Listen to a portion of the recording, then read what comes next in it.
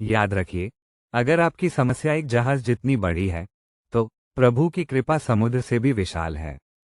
नमस्कार दोस्तों, आज मैं एक ऐसी दिव्य कहानी लेकर आया हूं जो आपके दिल को छू जाएगी।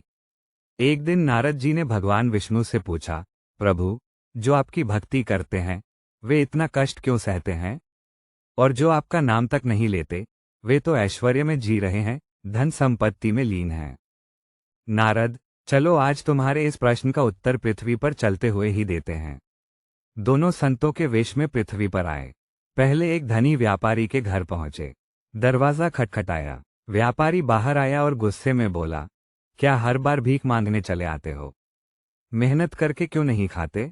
चलो भागो यहां से। नारद जी को लगा अब प्रभु उसे कोई श्राप देंगे, लेकिन प्रभु ने हाथ उठाए और बोले, तुम्हारा व्यापार और फूले फले, तुम्हें और धन प्राप्त हो। नारद जी हैरान, प्रभु, आपने ऐसा आशीर्वाद क्यों दिया? थोड़ा आगे बढ़े। एक छोटी सी झोपड़ी में एक वृद्धा रहती थी। झोपड़ी के बाहर एक गाय बंधी थी। नारद जी ने आवाज दी। वृद्धा बाहर आई, मुस्कराई और बोली, बेटा, मेरे पास खाना तो नहीं है, लेकिन मेरी गाय का दूध है। वो अंदर गई, एक गिलास दूध लाकर दिया, आसन बिछाया और बोली, भोजन तो नहीं करा सकी, लेकिन कृपा करके आशीर्वाद जरूर देना। मेरा जीवन प्रभु की भक्ति में ही बीत रहा है। वो आगे बढ़े, तभी प्रभु ने झोपड़ी की ओर मुड़कर कहा, कुछ दिनों में तेरी गाय इस संसार से चली जाए। नारद जी चौंक गए। प्रभु, आपने व्यापारी को आशीर्वाद दिया जिसने आपको अपशब्द कहे, और इस भक्त वृद्धा की गाय छीनने की बात कर दी जिसने प्रेम से सेवा की। प्रभु बोले, नारद, तुमने बाहर देखा, भीतर नहीं। व्यापारी का मन धन में अटका है। जब उसका अंत समय आएगा, वो उसी धन की चिंता करेगा, और अगले जन्म में वो एक सांप बनेगा जो तिजोरी के नीचे लिपटा रहेगा।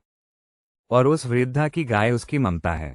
अगर अंत समय में उसका मन गाय में अटका रहा, तो वो मोक्ष की बजाय किसी और योनि में जाएगी। मैं चाहता हूं उसका अंतिम स्मरण केवल मैं रहूं, कोई मोह नहीं। इसलिए उसकी गाय को उसके जीवन से हटा रहा हूं।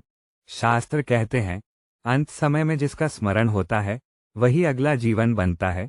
जो अंतिम क्षण में भगवान को याद करता है वो भगवत प्राप्ति करता है। तो साथियों, प्रभु की लीला हमेशा न्याय से भरी होती है। कृपा को पहचानिए और हर परिस्थिति में ईश्वर का स्मरण कीजिए। फिर मिलूंगा एक नई प्रेरणादायक कथा के साथ। तब तक याद रखिए, वीडियो को लाइक करें, शेयर करें और चैनल को सब्सक्राइब करें। भगवान की मर्जी में ही हमारी भलाई छुपी है। जय श्री कृष्ण।